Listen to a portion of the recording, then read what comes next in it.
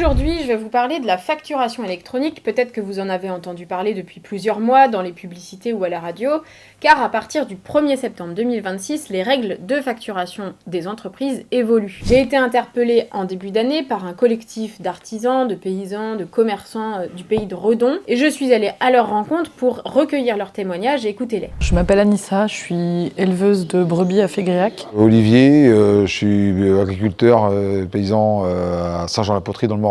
Je fais de la volaille en GAEC avec ma femme. Je m'appelle Jacques, je suis apiculteur en GAEC. Moi c'est Léandre, j'habite Redon et j'ai un food truck sur le territoire. Moi j'utilise déjà l'outil informatique pour faire mes factures. Et on fait tout nous-mêmes, on n'a pas de comptable, on n'a pas de logiciel, puis c'est sur tableau Excel. Jusqu'ici j'étais en autonomie, je m'étais fabriqué mon petit outil Excel pour les facturations. L'Europe a mis en place une réforme sur la facturation électronique en 2015 je crois, mais elle est uniquement à destination des institutions, des agglomérations. Et en France, le pays a pris le parti de vouloir imposer cette réforme aussi au privé, d'imposer à toutes les petites entreprises et les grandes de passer aussi sur de la facturation électronique. Le problème, c'est qu'en face, il n'y a pas de solution publique et qu'ils nous demandent de passer par des plateformes agréées qui sont des entreprises privées. Ça va nous prendre du temps, du stress surtout.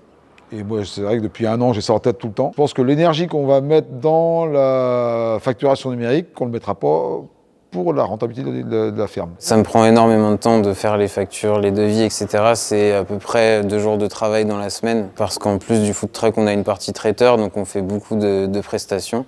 Moi je passe déjà toutes mes soirées devant mon ordinateur pour gérer tout un tas de choses administratives en fait liées à notre profession. Moi j'aspire juste à avoir un tout petit peu de temps pour mes enfants et certainement pas à passer encore plus de temps sur l'ordinateur en fait. Un surcoût en temps pour nous c'est évident. Dans un premier temps sur la prise en main de cet outil-là. Je ne me vois pas là déjà trouver du temps pour aller me former et en plus il faudrait que je fasse la démarche d'aller trouver le bon endroit où me former. Les retours qu'on a des collègues sont vraiment pas brillants. Ça va être payant pour tout le monde je pense. Et à mon avis ça va peut-être pas être trop cher au départ mais ça va être beaucoup plus cher après. C'est un surcoût, à peine 400 € par an en fait, c'est juste du revenu en moins pour nous. J'ai pas que de la vente en magasin, j'ai aussi tout ce qui est marché, AMAP, voilà, vente directe, groupement d'achat, enfin tout ça. J'enregistre ma vente, je détaille pas chaque produit en fait sur le papier. J'ai vendu 10 crottins, 5 yaourts quand je suis au marché. C'est que quand je souffle un peu, j'ai mes cahiers et je reporte en fait ces choses-là qui sont ensuite transmis pour les dépôts de TVA qui se font une fois par an en fait. Et là on nous demande de reporter ça tous les 10 jours. Et si c'est pas fait dans les délais demandés, il y a des pénalités à la clé. Enfin, on n'a ni les moyens de payer ces pénalités et on a un peu le droit à l'erreur en fait de pas être tous les 10 jours sur notre PC à chaque fois à la bonne heure pour pouvoir le faire. Il y a des fois où on peut pas juste. Ça va nous impliquer directement. S'il faut qu'on le fasse tous les 15 jours, en fait ça peut être très pénible. Et on sait même pas quelles sont réellement les modalités. Du coup ça arrive dans 2 mois mais on sait pas précisément comment. Dans 1 an et 2 mois ou 1 an ou 2 mois. Moi ce qui m'inquiète plus c'est au niveau de mes fournisseurs, comme je travaille beaucoup en direct sur la région. J'ai peur que des producteurs du coin qui ont des petites structures ne soient pas équipés et que je puisse pas leur demander les justificatifs dont je vais avoir besoin. Bon, je pense qu'il y a des gens qui sont en fin de parcours, ça c'est sûr qu'ils vont arrêter. Ou des gens qui sont limite, peut-être financièrement, qui peuvent arrêter aussi. J'ai des copains qui ont une entreprise de mécanique et eux, par exemple, ils vont tout changer leur logiciel pour pouvoir continuer de travailler. Pour nous, c'est quand même une révolution, le numérique, et on a du mal à s'adapter, ça va trop vite. Donc ça veut dire qu'il va falloir qu'on travaille encore un peu plus pour pouvoir gagner la même somme d'argent. Bah, je trouve que c'est quand même pas rien. Il y a aussi cette question-là de à qui on donne nos données, cette partie-là de sécurité économique de nos entreprises par rapport à ça. Il y a plusieurs pays qui ont déjà mis ça en place en Europe, dont l'Italie, la Roumanie et d'autres. Pour beaucoup, ils l'ont mis en place en demandant uniquement à ce que ce soit fait pour tout ce qui est justement agglomération, publique, etc. Et sans l'imposer au privé. Il y a beaucoup de pays qui l'ont imposé au privé en leur proposant un outil public pour pouvoir le faire. Il y avait déjà Chorus Pro existant en France et du coup ça aurait pu suffire a priori. À la base c'est présenté comme étant un outil qui va permettre de réduire la fraude à la TVA et des choses comme ça. Moi je pense que c'est surtout plus de visibilité sur les flux et les échanges économiques dans la région, enfin dans le pays. Un gros marché qui s'ouvre pour les plateformes agréées qui sont des entreprises privées. Donc moi j'aurais aimé que s'il y a une démarche comme ça de flicage qui se mettent en place, qu'elle soit gérée par un outil public. Je pense que c'est une réforme qui peut avoir un bon fond sur l'idée de mieux tracer les fraudes fiscales sur la TVA. Mais en fait, c'est pas adapté à toutes les structures économiques. Et du coup, ils ont tapé large en se disant « Oh, on fait tout le monde ». Alors qu'en fait, l'Italie et le Portugal n'ont pas fait ces choix-là. C'est pas adapté pour des entreprises telles que les TPE ou PME.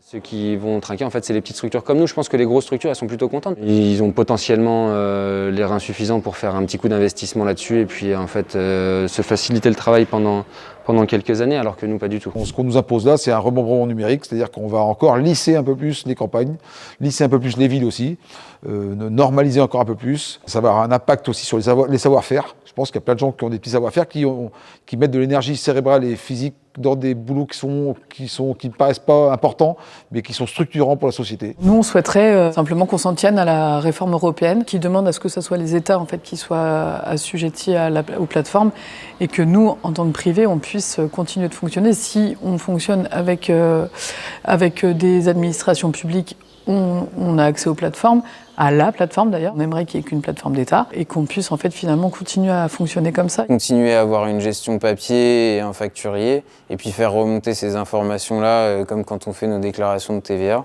Voilà, je vois pas pourquoi tout ça devrait être numérisé et avec des fréquences de reporting beaucoup plus intenses. J'ai interpellé le gouvernement avec une question orale pour alerter sur l'impact de cette réforme sur le quotidien des petites entreprises.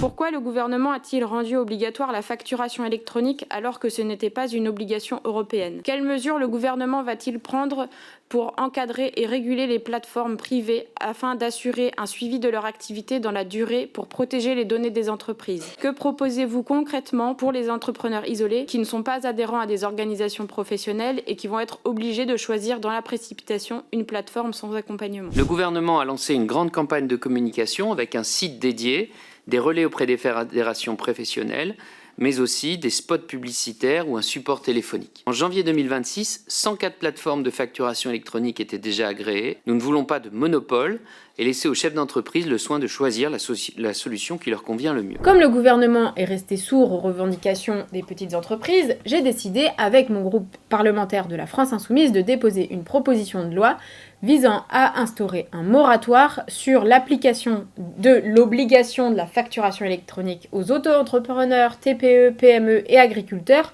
tant qu'aucun portail public de facturation n'aura été mis en place. Nous en avons assez des réformes complètement déconnectées du terrain. Je vous invite à partager cette vidéo et à en parler autour de vous.